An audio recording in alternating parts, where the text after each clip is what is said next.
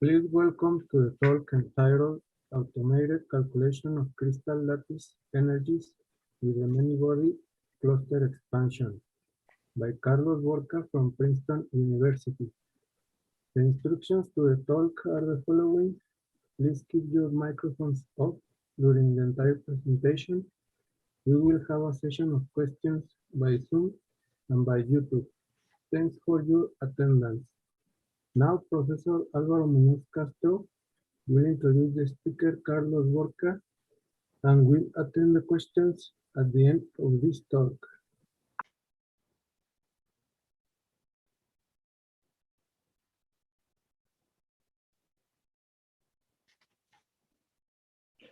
So thanks for your attendance. And it's a great pleasure to me to introduce to you Dr. Carlos Borca. He is from Colombia. He did his undergraduate study at Universidad del Valle. And then he started a very nice long-term career working in different universities and also national labs, working with big groups, where he developed the different approaches to obtain force fields, and also working in molecular dynamics of different polymers and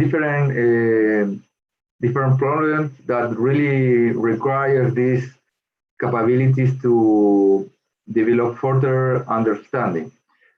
His work was made. Now he is working in the United States of America, where he spent some time at Purdue University, then moved to Northwestern University, where he recently finished a postdoctoral position at Princeton University, where now he started a new career and a new part of his career on the industry, where he will show us more detail about that. So again, thanks, Carlos, for accepting the invitation to be part of this seminar. The microphone is yours. Thank you very much. Very much appreciate the introduction and the kind words. So as I was mentioned, I am Colombian. I grew up in Cali, Colombia, and went to Universidad del Valle, worked with Julio Arce. Then I worked for essentially 3 years as a young researcher and innovator with scholarship from the government of Colombia to Universidad CESI, completed my PhD at Purdue University with an internship at the Lawrence Livermore National Lab. My advisor was Ludmila Zivchenko. And just to be precise, I was a longtime collaborator of Martin Mosquera, who's now a professor at Montana State University, and likely a good target for an invitation to talk in these seminars, who was working when I joined Purdue with Adam Wasserman, and then transitioned to work with Mark Radner and George Schatz at Northwestern. So I was a collaborator at Northwestern. I would regularly attend meetings and stuff. And then I moved to Georgia Tech for my postdoctoral fellowship with Professor David Sherrill. I was there for 2.5 years, and then moved to Princeton for a second postdoc appointment as a research associate with Professor Michael Webb. So during this appointment at Princeton, I have very strong collaboration ties with Rutgers University and the group of Adam Cornby. And as was mentioned just a second ago, a week ago, I started working at PTC Therapeutics, which is a biotechnological company here in New Jersey. So basically, that's my background. All right. Yes. Okay. So this was in my initial title slide, and had the Princeton affiliation because when I submitted my title, I was at Princeton. But I guess considering that what I'm going to talk about today is mainly what I worked at Georgia Tech, and the company is the one that is giving me the time, then I guess I'll change a little bit display the logos of the people that are giving me the time to talk, and they gave me the time and the money to work with. So what I'm going to talk about today is Crystalline, which is a software that I worked up from scratch at Georgia Tech in the group of David Sherrill, with the collaboration from Laurie A. Burns, research scientist in the group, and Brandon Baker, which was a PhD student at the time and is now working for Amazon in the state of Washington. So what I'm going to talk about today mostly is collected in this article from the Journal of Chemical Physics from 2019. And so hopefully this is a little bit of an advertisement for the article, so that you go and check it out and read it and hopefully cite it, because I think it's a really cool science. The code is distributed online through GitHub. It's LGPL license, and it's mostly Python. So you can go out to GitHub, check my profile, and get it from there if you wanted to. And as you can see, the logo contains the colors of the flags of Argentina and Colombia, which are my nations. So what is the motivation for the code? Well, the idea is to compute crystal lattice energies in a very accurate way. But let me introduce why this is important by using an example from the pharmaceutical industry, which is the case of ritonavir. So back in 1993, Abbott invested about $300 million in 5 years of research and development, which at the time was a lot, for a new drug. So the new drug was called Norvir, which is ritonavir, the agent, and it's an HIV protease inhibitor to treat AIDS. So back then, AIDS was an extremely hot topic of research because it was an epidemic that nobody could really control, and it was causing a lot of deaths around the world. So nowadays, it's not as extreme as it was back then. So in 1996, Norvir is brought to the market, and at the time, it was only the second protease inhibitor for any disease approved in the United States. In 1997, the HIV-associated death rate in the United States dropped by 2/3 in 2 years. This is not only due to Norvir, but partially due to the existence of this drug. So it was a good candidate for a lot of profit for Abbott. The thing is, in 1998, new lots of the drug failed to dissolve unexpectedly. So 240 lots of the drug had been produced without issues, but then all out of the sudden, some lots of the drug started having issues with dissolution.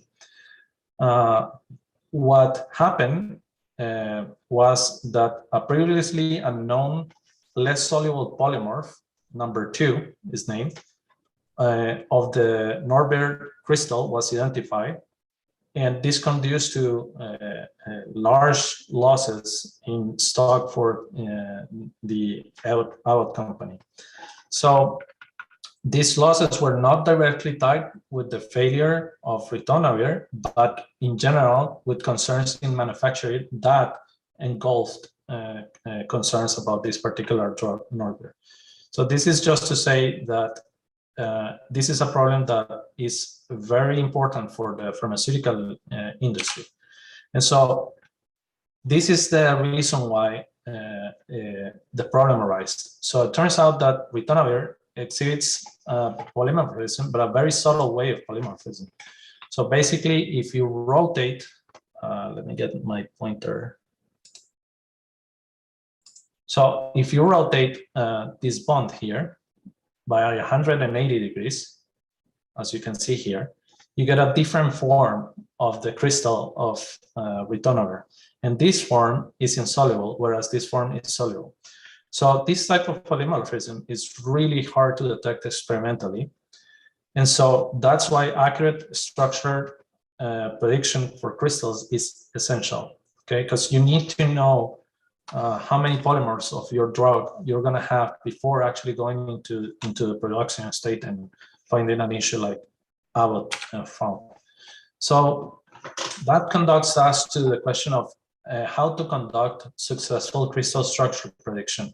And so mainly this is divided into two tasks. The first one being efficient structure sampling to basically find all possible polymers that a drug can have. And then not only you need to determine their structure, but you also need to accurately compute the lattice energy of those structures to be able to distinguish the polymers between each other and be able to rank them in terms of stability. So in terms of efficient structure sampling, the past 2 decades have been very productive. And there's now a diversity of algorithms that perform well at finding the structures that are viable for different crystals. So this is no longer the bottleneck of crystal structure prediction. The main challenge arises from the fact that some of these polymers are differentiated in energy by less than 1 kilocalorie per mole or 4 kilojoules per mole, if you will. Now, this limit is extremely small for ab initio methods. If you take a regular dispersion corrected density functional theory, the accuracy could be as bad as plus minus 10 kilojoule per mole. Some of the most advanced functional can do better than this, but it's not guaranteed.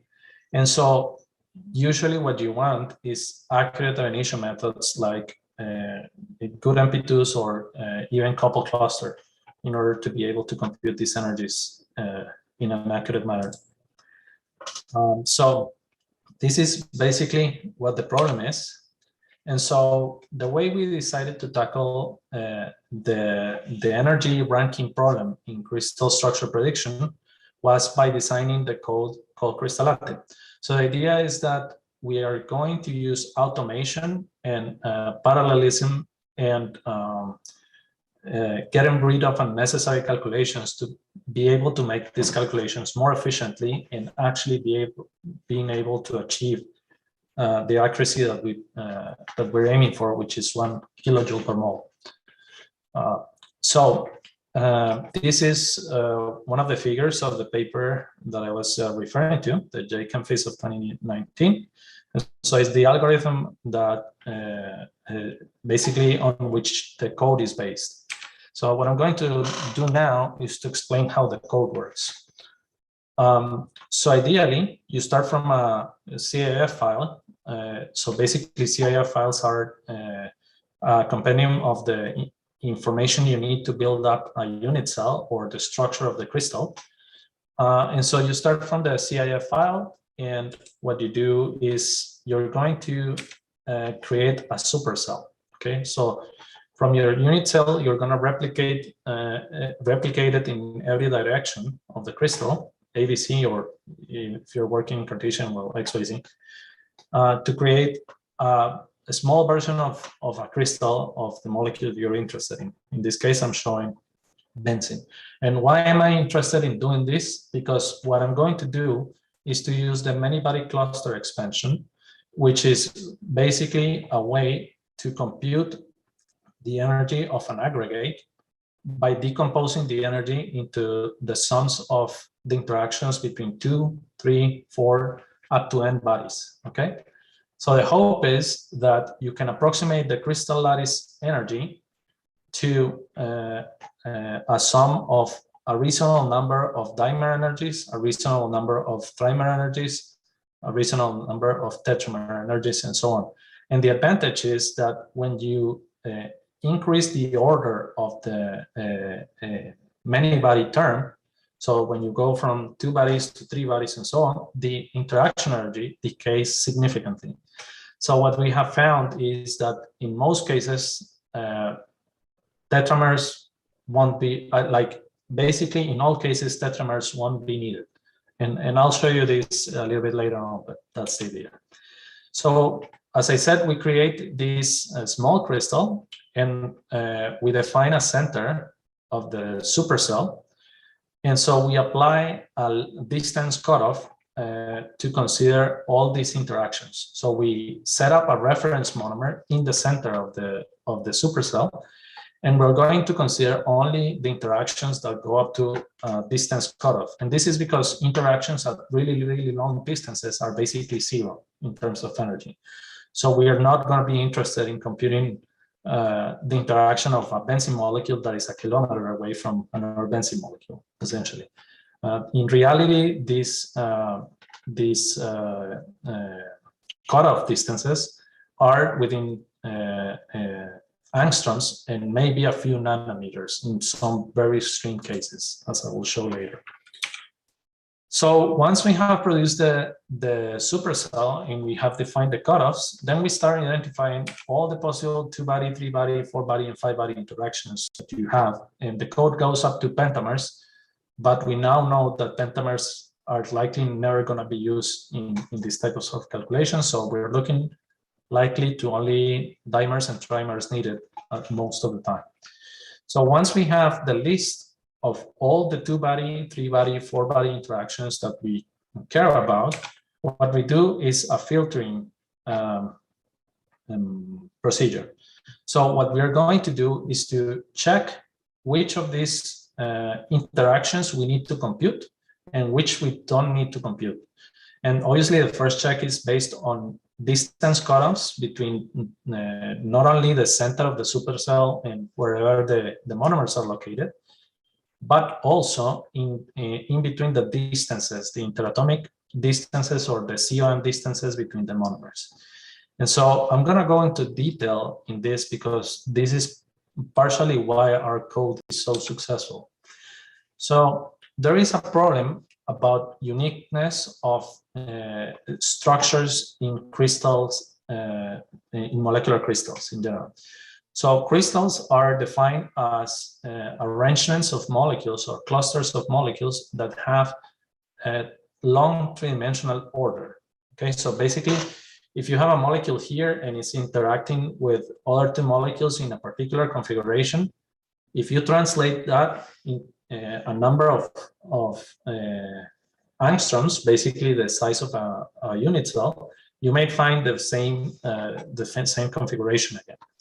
And so the question for us was, okay, some of these structures are going to be replicas of each other. So how do we determine which interactions are unique and which aren't? And we found a very interesting geometrical problem, which is shown in this figure here. So if you look at the dimer formed by the yellow highlighted structures, these two are the same dimer, right? And then if you take this third monomer to form a trimer, you can put it into two different orientations. And it turns out that these two trimers that are different are going to give you the same nuclear repulsion energy up to 12 digits. And this is, when I saw this, I couldn't believe it by myself, but then I realized that this is all related to the way in which the interatomic coordinates are given. So you can see that in this case, this benzene here is pointing in a T configuration to the face of this benzene, whereas in this case, this benzene here is pointing in an opposite T configuration to this monomer here. So as I said, these are two different trimers, but they have the same exact nuclear repulsion energy, which means that we cannot use the nuclear repulsion energy as a descriptor of uniqueness of 3-body interactions. And this was the original approach that we were using. So how did we approach this problem? Well, we decided to first look into an aligner function, which we call it B787, thanks to the Dreamliner. So we call it the Dream Aligner function. And what it does is basically it takes two structures and tries to align them on top of each other. So for example, here I have this trimer and I have this trimer here, right? You could choose many other trimers in this structure, but in this pentamer, I'm going to choose these two trimers. So that one and this one. So how do you decide if they are equivalent or not? Well, it turns out that you can separate them, rotate one of them, and then align them on top of each other, and they turn out to be the same interaction. So for the purposes of our calculations, we don't need to compute this trimer twice. We can compute it only once and then multiply its energy by the number of replicas. In this case, we have found 1 replica, so it would be 2 multiplier. So this is great. We found a way of dealing with this problem, but it turned out that conducing these alignment procedures wasn't computationally cheap. We tried many things, and we got to a very optimized dream aligner function that uses a lot of techniques for parallelization, etc. But still, some molecules, like for example, we were dealing with the case of anthracene. Some molecules could take up to a few seconds to be aligned. And if you're comparing in the order of thousands or maybe hundreds of thousands of structures, then you're likely going to take a hit into the computational efficiency of these methods. So the question then became, how can we efficiently identify symmetry unique NMRs? And so this is where my buddy Brandon Baker came to me and he said, hey, I've been working with these column matrix descriptors from machine learning, and they look really awesome. They are used to quantify how similar molecules are. Do you think we could use them for checking if 2 molecules are the same or not? And I said, okay, let's do it. So he coded up a very simple version of a column matrix descriptor and basically a routine to analyze if 2 column matrices were the same. And so it turned out that using column matrices, we can get up to the level of precision of the aligner function at a much cheaper computational cost. So basically, Brandon solved this problem for us. And to the best of my knowledge, this is the first time that column matrices are used as a way to discriminate groups of molecules and not molecules themselves. So basically comparing uniqueness between many-body systems. Okay, so once we were able to filter these structures, then the next approach in order to make these calculations with coupled cluster was to start to distribute these calculations. So we generated all the inputs that we needed to compute all the 2 bodies and 3 bodies, 4 bodies, etc. that we needed to compute. And so now it was a question of how to better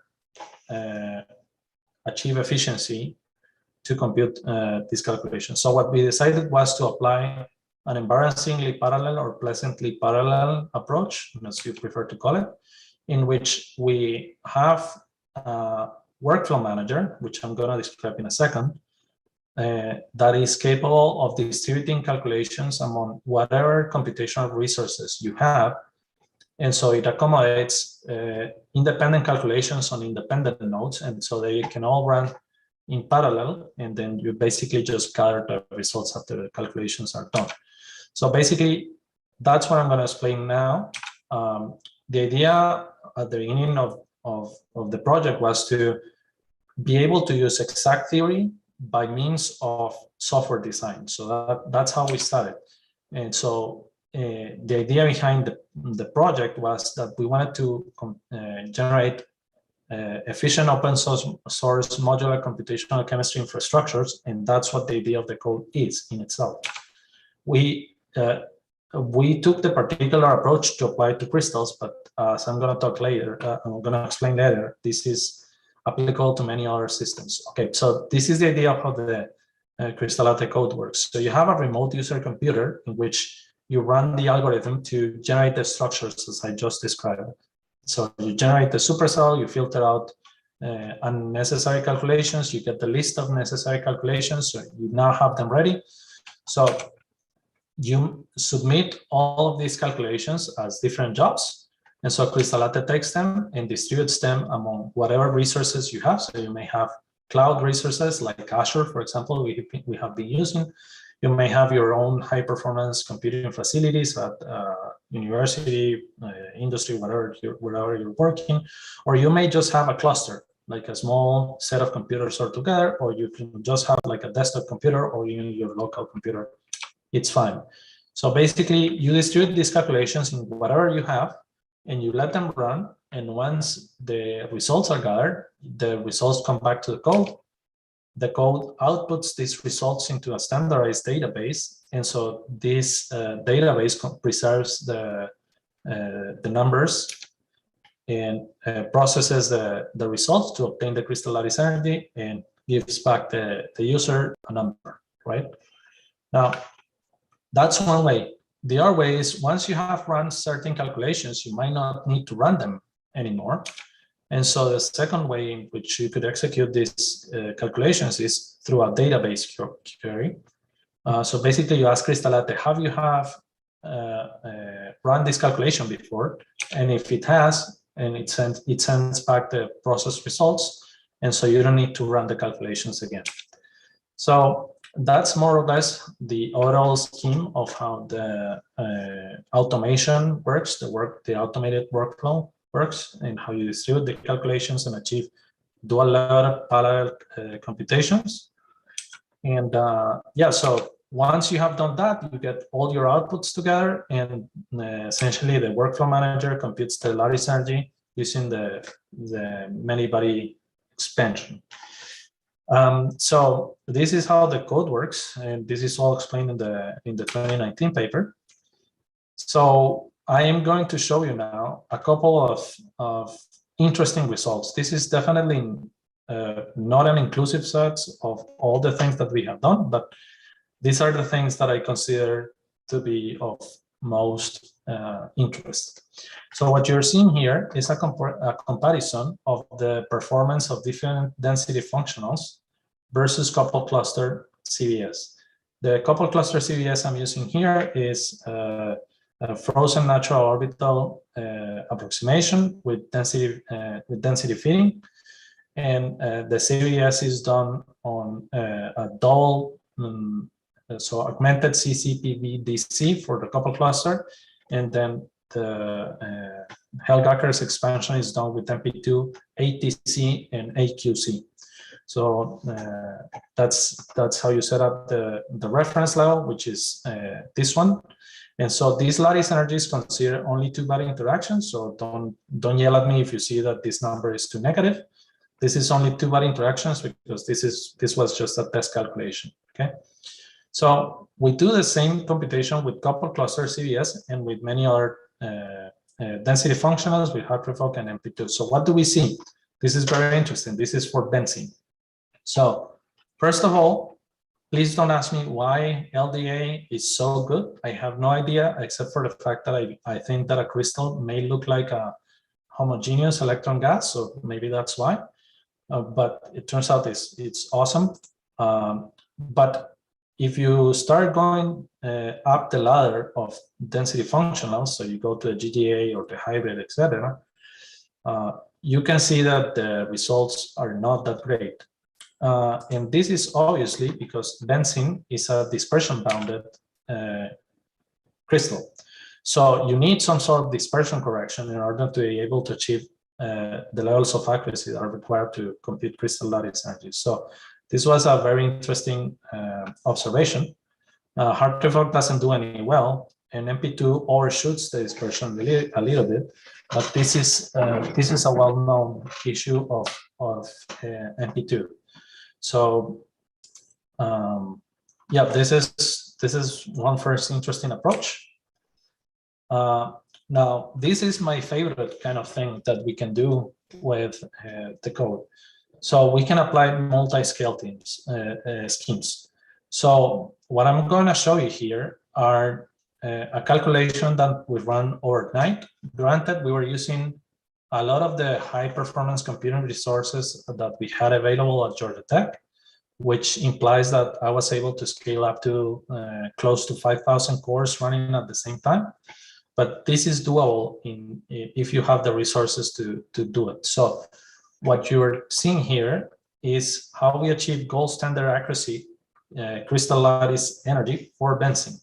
So, and we have done this not only for benzene, but for our crystals, which I'm going to show the list in a little bit.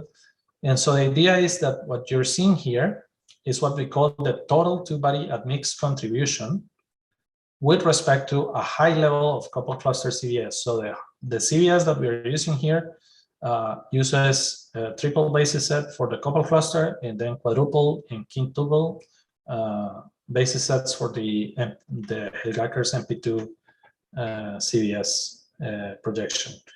So what you are seeing here is the horizontal line, the black line here, essentially tells you the reference energy, okay?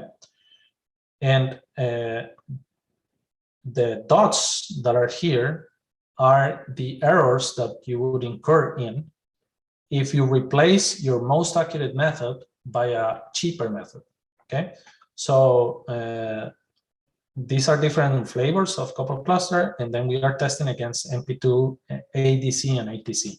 So if you had only one calculation, if you had no calculations with coupled cluster and we use only MP2 ATC, your error, it's in the order of 9.4 kilojoules per mole. Okay, it's quite large. Now, if we have one calculation with coupled cluster and then all the other ones with MP2, which is a much cheaper method to compute, then the error decreases to about 7 kilojoules per mole. When you go to 3 of them, 4 of them, 3 I think is somewhere around here, but I forgot what it is. When you go to 4 of them, you're already at the level of less than 2 kilojoules per mole error. And so what I'm showing here is that by using a dimer cutoff to switch from competing interaction energies with coupled cluster to MP2, you can achieve frankly ridiculous levels of accuracy. So it depends on how accurate you want to go, but so for example, at the level of a dimer cutoff of 8 angstroms, you have an error that is less than 0.3 kilojoules per mole. And this is extremely small. So we have done the same task for 3 bodies. So this is for 2 bodies, this is for 3 bodies. And because the contributions from 3 bodies are smaller, what we find is that the errors are much smaller too. So what I'm trying to show here is that by applying multi-scale schemes in which we mix different methods, like highly accurate coupled cluster for very short interactions, and some other methods that could be accurate but not as expensive as coupled cluster for longer range interactions, then we are able to compute crystal lattice energies in essentially like overnight, for example. So this is a very promising result, and I think it's very exciting. And okay, you could complain that okay, benzene is a small molecule, but we show that we can apply this for many other different molecules, including anthracene, for example, which I would say is a very respectable size molecule for coupled cluster. And even if you cannot have a molecule that is small enough as anthracene, you can still apply things like domain separation, which are the types of calculations that Martin Mosquera has devised a new theory for, in which you can basically admix these methods within the molecule in selecting important parts for computing these interactions. So we are conducting the same experiments, so basically calculating these energies for different data sets. So this, in particular, the one I'm showing here is the X23 data set, which includes different types of crystals, so bounded by dispersion, by mixed interactions, or by electrostatics, or hydrogen bonding, as you want to call it. And we have observed similar results. So basically, we're able to achieve chemical accuracy within very reasonable cutoffs. So, and this is basically just to close up with a fun fact. Some of the benchmark calculations we have conducted go to such a long range cutoff that the number of interactions that we're computing is in the very large thousands or hundreds of thousands of interactions. And this is even applying unique filters and all of this. So at some point, we were running on a file system and the share group that had only about 4 terabytes of redundantly saved information. So we had to, thanks to this project, we had to run an upgrade of the file system. So now the share group can conduct its business using a 36 terabyte double redundancy file server. And so thanks to Derek and Dominic Siriani, who were the guys that helped me out with this. So in summary, we have software that automates the generation, distribution, management, and post-processing of parallelized calculations of lattice energies for molecular crystals. And this enables us to achieve silver standard accuracy levels. Sorry for the typo. We will soon communicate a new benchmark lattice energy for crystalline benzene at 138 Kelvin in full couple cluster accuracy. And this has been done exploiting our approach. And so we use this benchmark calculation as an example of how you can mix and match different methods and cutoffs and etc. So that's coming soon in JCP, coming up soon in JCP. So check out JCP for that. And later after that, once my collaborators from the group complete other calculations that are based on our project that involves machine learning, we will communicate a new benchmark level accuracy set of crystal lattice energies for the C21 and the X23 databases. This is likely also gonna come up in JCP, so check out for that.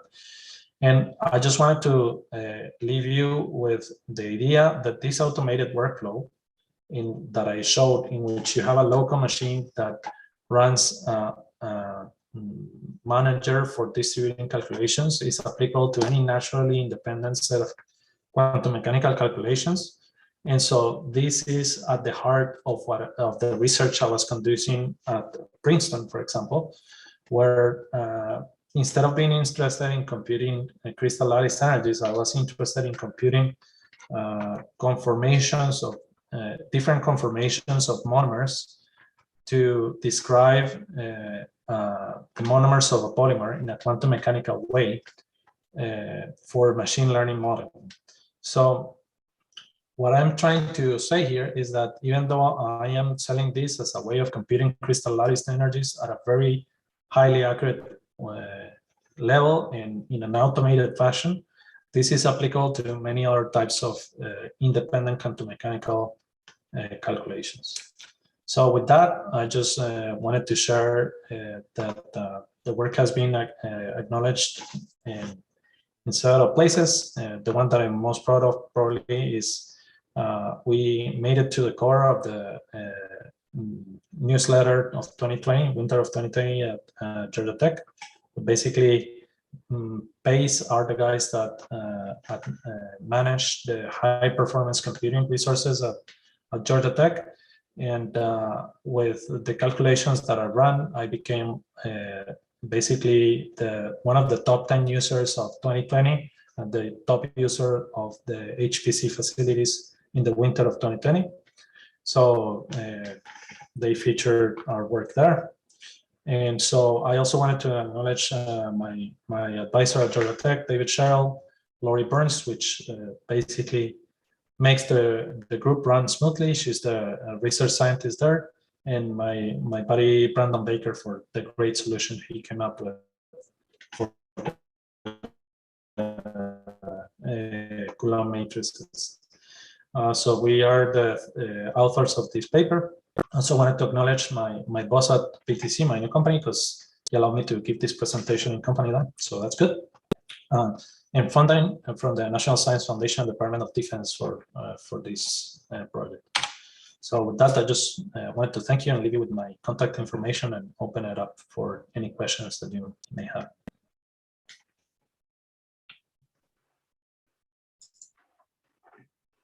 Many thanks, Carlo, for your nice presentation. That benchmark is amazing. So benzene is a simple molecule, but if you start to understand and go deeper, actually it's a very hard molecule. So yes, definitely. Yeah, amazing. my boss, David Sherrill, jokes around the benzene dimer being the reason he made his career. Yeah, it's possible because there is a lot of things to learn for that molecule, so it's amazing. So now we have time for questions. We have one question, Albeiro. So Albeiro, if you want to open your microphone, you can do your question directly. Thank you, Álvaro. Thank you, Carlos, for the nice presentation. How are you? Yeah, thank you. Very happy to see that you're here, Albeiro. Thank you, thank you. I have a quick question. You know, we are also investigating or doing research on this problem of molecular similarity. Can you explain to us how good or how bad this Coulomb matrix approach to determine molecular similarity is? Okay, so I don't have a great set of data to support what I'm saying, but what I'm going to say is based on the comparison between an alignment procedure and the Coulomb matrix descriptors that we were using. So the alignment procedure could go to an accuracy of 10 to the minus 15 angstroms. So if you have a structure that matches up in coordinates in 10 to the minus 15 angstroms, difference that's basically the limit of what it can achieve. And I think that is likely a very hard limit to improve upon if you do any other different approach. So compared to that, which for us was the benchmark, Coulomb matrices, if you run them using like full precision, then they are very accurate too. You can go up to 10 to the minus 12 angstroms of RMSD difference between one and the other, and they will still work very well. So in terms of analyzing uniqueness, they're very, very accurate. Now, in terms of similarity, then it's a slightly different question, because when you are comparing uniqueness, the only thing that you care about is the differences in coordinates. But when you're analyzing similarity, there could be ambiguous criteria to define similarity. So for example, if you ask an organic chemist, they might say that similarity is based on like functional groups or things like this. If you ask a computational researcher, they might tell you that similarity is based on some, I don't know, linear algebra criterion or something. So that would be, I guess, what I can tell you. Right. Thank you, Carlos.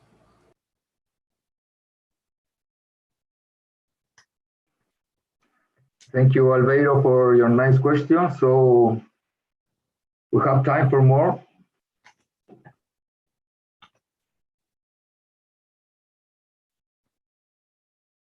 Meanwhile, I have one question.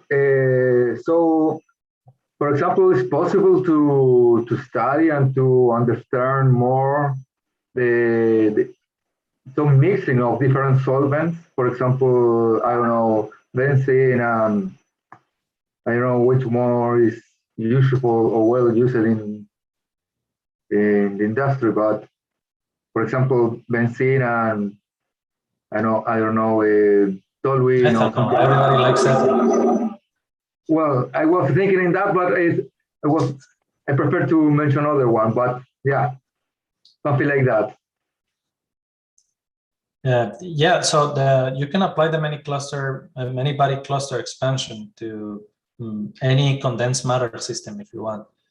The question is basically, how do you set up a reference, either a reference point or a reference molecule for your system? Because if you're examining bulk systems in which you have many molecules, at some point you're going to need to apply cutoffs or lower the quality of the methods that you use.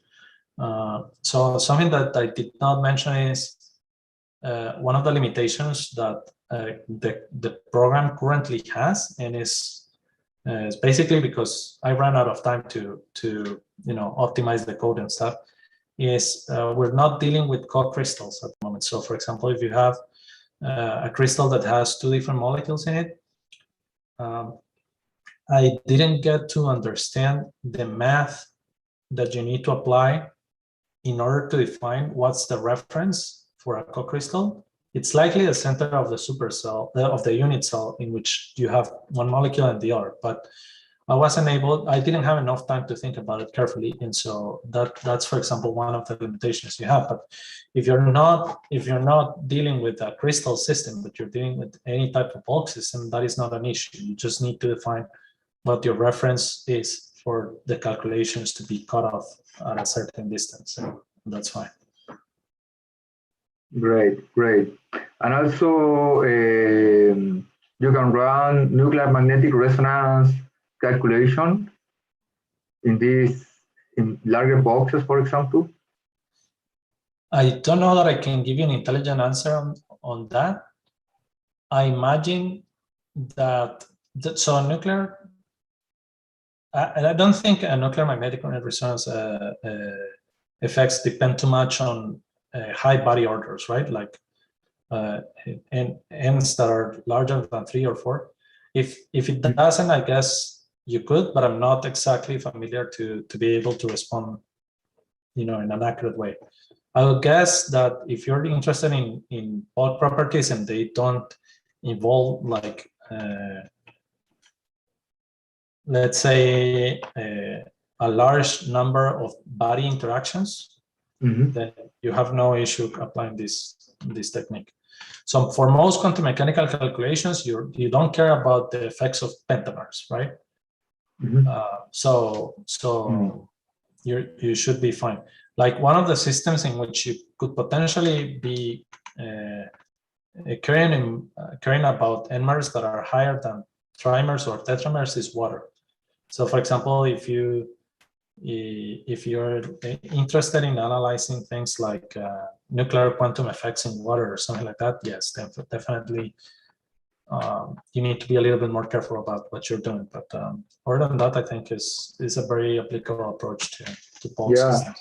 No, it's more because there is one paper from Thomas Heine where they obtained the solid-state nuclear magnetic resonance of benzene on a determined crystal structure.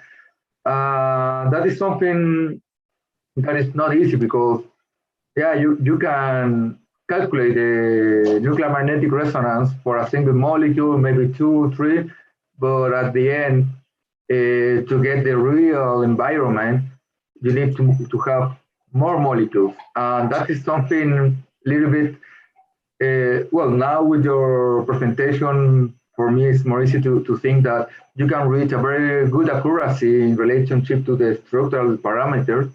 That is good because you have one big part of the hard work to get in the structure, because nuclear magnetic resonance is quite sensitive to the structure and the different orientations and all the story behind that. Yeah, now that you mentioned that, yes, I know what you're referring to, and I just realized that there is an additional limitation in the type of problem that you're describing for our approach, and it's the fact that you need to deal with the derivatives of the positions of these monomers. So that is slightly trickier than what I'm doing, which is computing a static picture of the system. So the math can be worked out with certain approximations, but I don't know how those approximations would stand up against things like periodic DFT, which nowadays is pretty accurate. But definitely for a static point of view, we are much better. I mean, by we, I mean many body cluster expansion based on highly accurate initial methods stand up very well to periodic DFT. So yeah, crystals is just one example of that. Yeah. Oh, excellent. So we have time for a couple of questions more.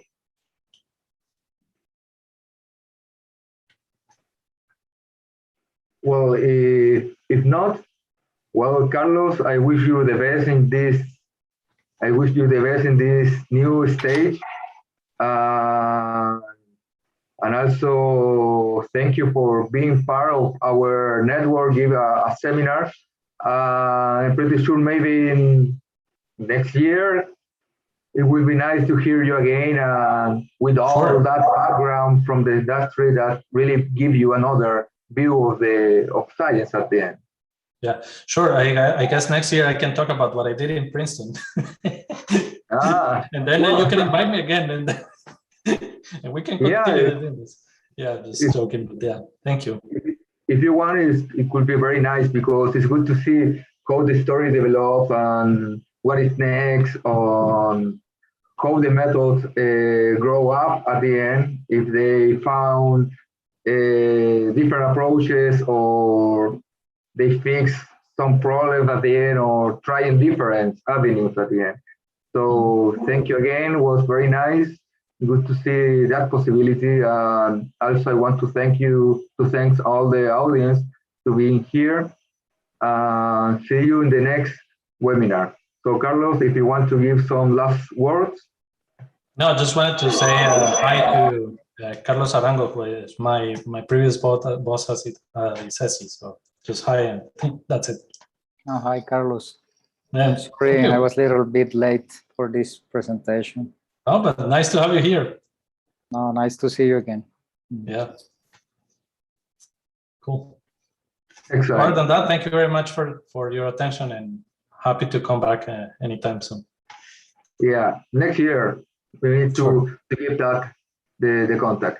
So, well, Carlos have a very nice website, so you can guess the address of that, carlosborca.com.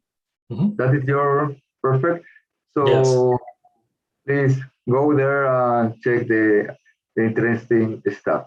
So thank you again for your time and to share your research, and for audience for being here. So see you in the next webinar. We will stay in touch via Twitter. So let's see in the next one. So thank you, Carlos, again. See you. Okay.